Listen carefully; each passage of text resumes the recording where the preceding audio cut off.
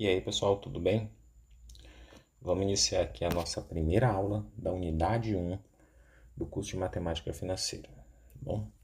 Novamente eu me apresento, eu sou o professor Wilson Moraes de Souza e vou trabalhar com vocês a disciplina de Matemática Financeira. Estamos aqui com o tema razão e proporção. Então, nessa aula nós vamos estudar o conceito de razão e o conceito de proporção. E vamos resolver algumas situações básicas com esses dois itens, com esses dois temas. Então, primeiro vamos iniciar aqui. Vou botar a câmera um pouquinho para baixo aqui, para não atrapalhar o texto, tá bom? Então, o que é razão, gente? Esse conceito de razão é o seguinte, ó. A razão entre os números A e B, com B diferente de zero, né? É o quociente obtido pela divisão de A por B, dividindo A por B.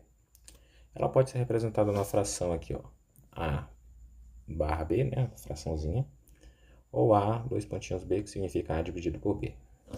E a leitura desse tópico é A está para B, né? A leitura dessa razão, melhor dizendo, é A está para B. Então aqui nós temos três exemplos para discutir com vocês. Olha só. A razão 5 está para 20, né? A razão de 5 para 20. Ela pode ser escrita como sendo 5 sobre 20, e que podemos ainda simplificar, né? A fração 5 sobre 20, eu posso simplificar e transformar ela na fração, por exemplo, 1/4, ou seja, 5 sobre 20 é a mesma coisa que 1 sobre 4. O 5 está para 20, assim como 1 está para 4. E basicamente a razão é só isso, é só você fazer a divisão. Aqui no caso a gente simplesmente dividiu 5 por 20, simplificou por 5 no numerador e no denominador, e ficou aí 1 está para 4. Da mesma forma, nesse exemplo B, ó, a razão de 30 para 5 é simplesmente eu pegar 30 dividido por 5, e 30 dividido por 5 a gente sabe que é um número inteiro, então a razão de 30 para 5 é, na verdade, o número 6.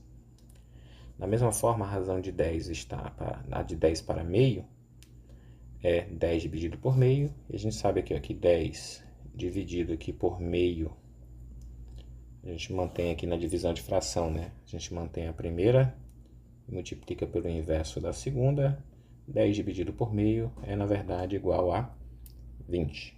É só vocês lembrarem, por exemplo, de uma situação. Eu quero dividir 10 reais em moeda de meio real. Ou seja, eu quero dividir 10 reais em moedas de 50 centavos. Então, se eu dividir 10 para 50 centavos, eu teria, na verdade, 20 moedas. Tá bom? Para vocês entenderem como é a divisão. Então, esse é o conceito de razão. Razão é uma divisão. Você pega um número e divide por outro.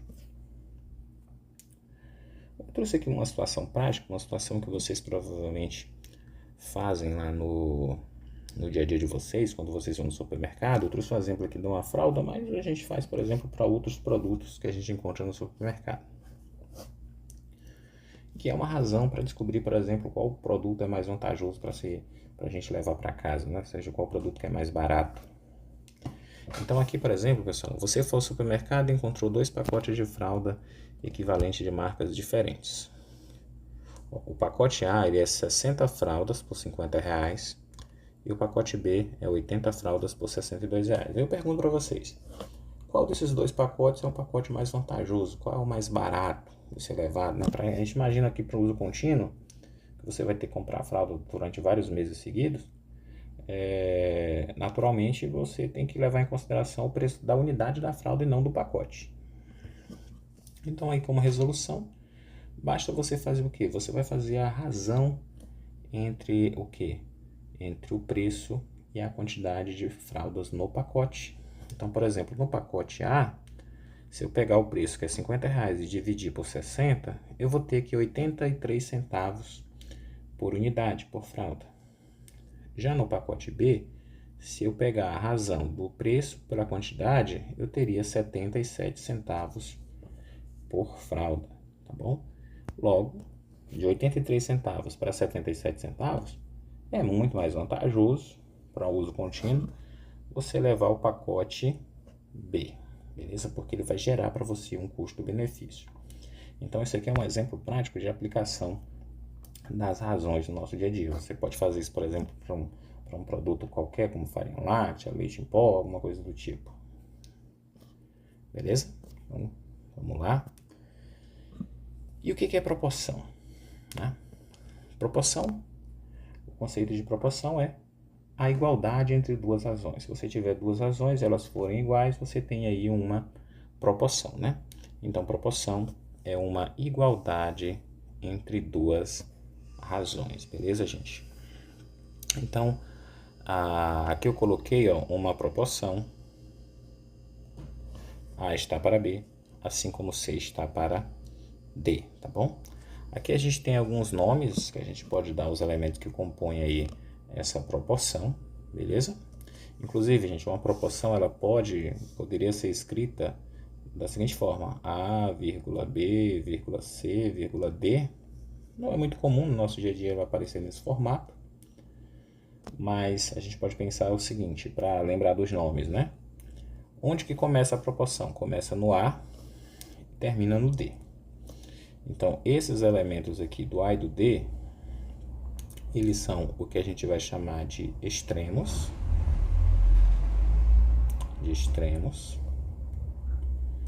Certo? E os outros serão os que estarão nos meios. Acho que fica fácil da gente lembrar assim. Onde começa e onde termina são os extremos e os outros dois são os meios. Tem outros nomes também, por exemplo, o A e o C eles são os antecedentes, ou seja, são os números que estão na parte de cima da razão. O B e o D eles são os consequentes, são os números que estão na parte de baixo da razão, né? Ou seja, no denominador. O A e o D são os extremos e os B e o C são os meios. Então, vamos usar as proporções para resolver problemas. A gente usa a proporção para chegar, por exemplo, na regra de 3. Então, vamos lá. Uma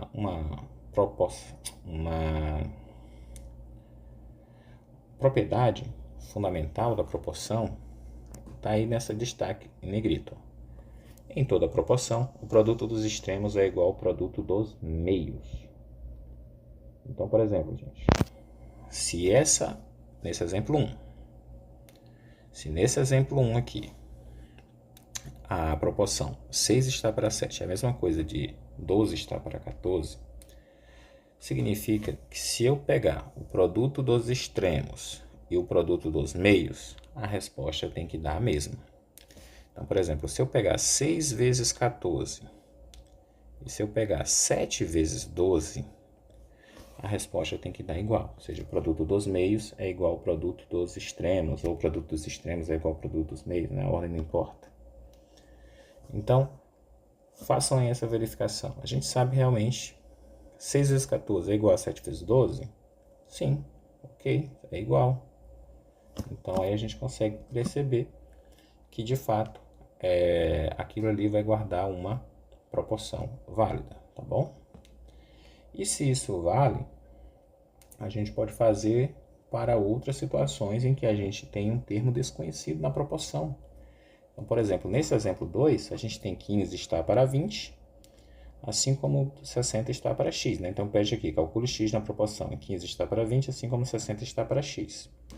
Se o produto dos meios é igual ao produto dos extremos, então eu posso fazer o produto dos extremos aqui, 15 vezes x vai ser igual a 20 vezes 60.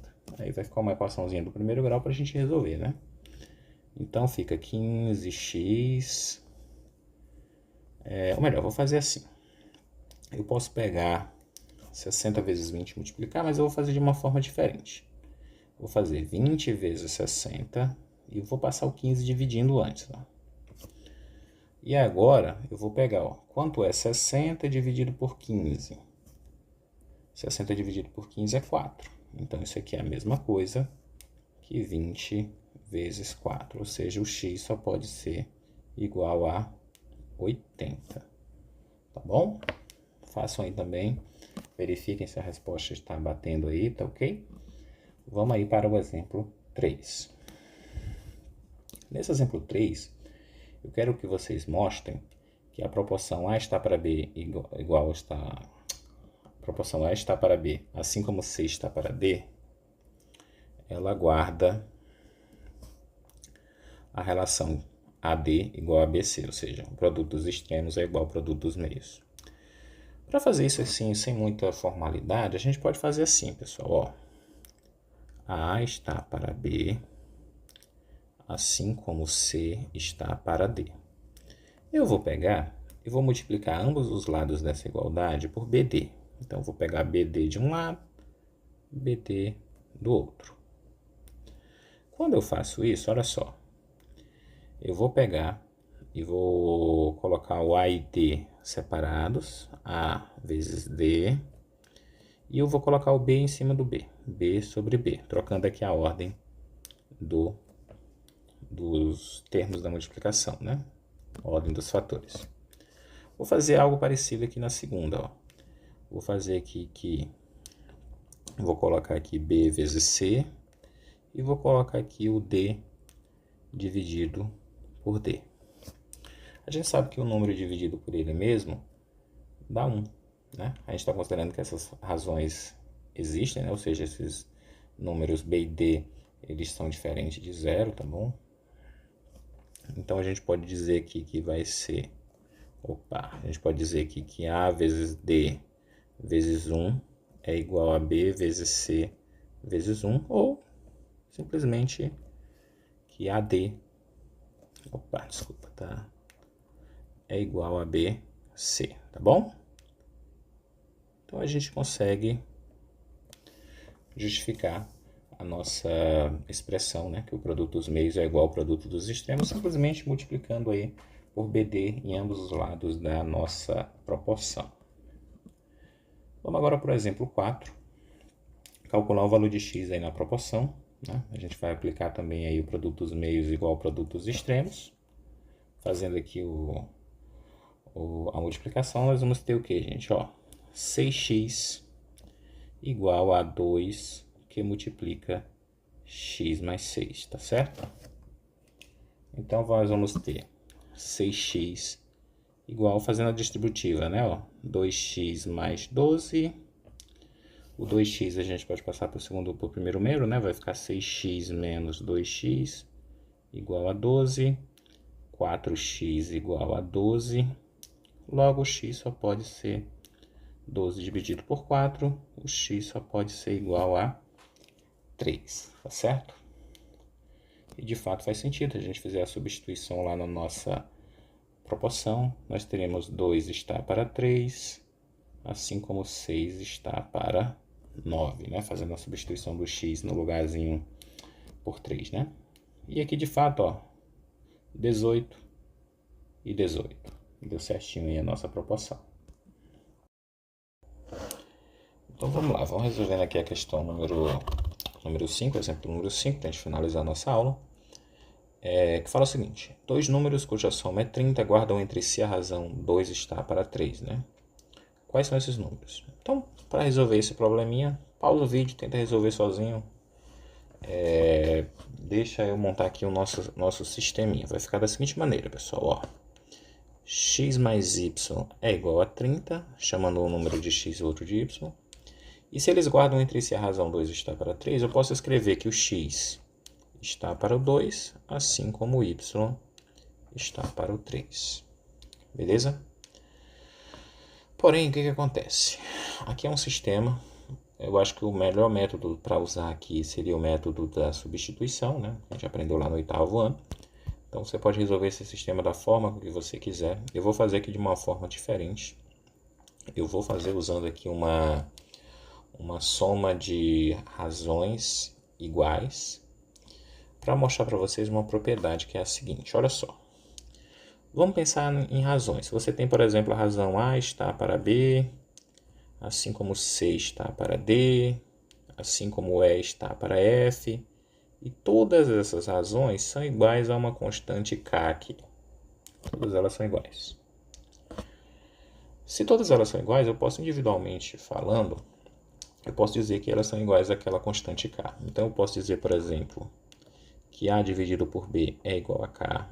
Eu posso dizer, por exemplo, que C dividido por D também é K, que é dividido por F, também é K, assim como tivesse outras também a gente poderia fazer do mesmo jeito.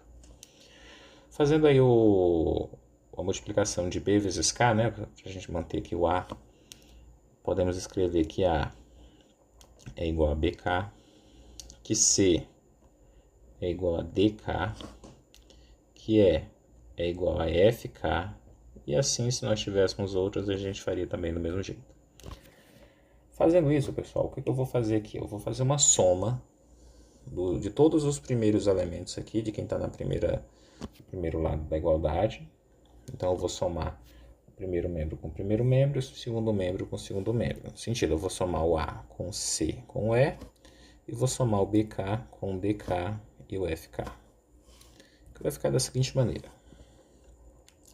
A mais B, desculpa, A mais B não. A mais C mais E, mais qualquer outro que tivesse, né? Vai ser igual a BK mais DK mais FK, mais qualquer outra que nós tivéssemos aí. Naturalmente, pessoal, o K aí ele vai ser um termo comum. Então, eu posso colocar esse K em evidência. De que maneira? Ó? A mais C mais E. Eu vou tirar reticências aqui, perder um pouco a formalidade, mas já não está tão formal assim, é só para a gente entender. Vou colocar aqui o K em evidência. Então, o K vai multiplicar por B, mais D, mais F, e continuaríamos se fosse o caso. Esse número que está multiplicando pelo K, ele pode simplesmente colocar aqui no outro lado, ele pode passar dividindo. Ele pode ser B mais D mais F, ele pode passar lá para o outro lado dividindo. Ele vai sair daqui e vai passar lá para o outro lado. O que isso está nos dizendo, gente? Isso está nos dizendo que se eu tiver aqui uma igualdade de razões, eu posso somar os antecedentes e os consequentes dessas razões e chegar numa nova razão. E essa nova razão, ela vai ser igual à razão inicial. Ou seja, olha só como é que é a situação. Por exemplo, aqui no nosso sisteminha, nós temos duas razões, x sobre 2 e y sobre 3. Então, eu posso somar essas duas razões em uma nova, em uma terceira razão. Por exemplo, eu posso somar o x mais o y, da mesma forma o 2 mais o 3. E essa razão nova, ela é igual, né, às duas primeiras. Então, eu posso dizer, por exemplo, que x mais y dividido por 2 mais 3 é a mesma coisa que x dividido por 2, ou que y dividido por 3, né? Só que fazendo isso, eu consigo facilmente fazer uma substituição, porque eu sei que x mais y eu posso substituir por 30. Então, vai ficar o quê, gente? Que 30 está para 5, assim como x está para 2. 30 por 5 vai dar 6, o 2 passa multiplicando pelo 6, então aqui a gente consegue facilmente dizer que o x é igual a 12. E se o x é 12, o y ele tem que ser 18, porque a soma dos dois tem que dar 30. Então, a gente vai dizer aqui que o y seria igual a 18. A gente consegue chegar na resposta x igual a 12 e y igual a 18 de maneira mais simples, tá bom? Espero que vocês tenham entendido. E é isso aí, pessoal. Até a próxima aula. Estudem. Até lá.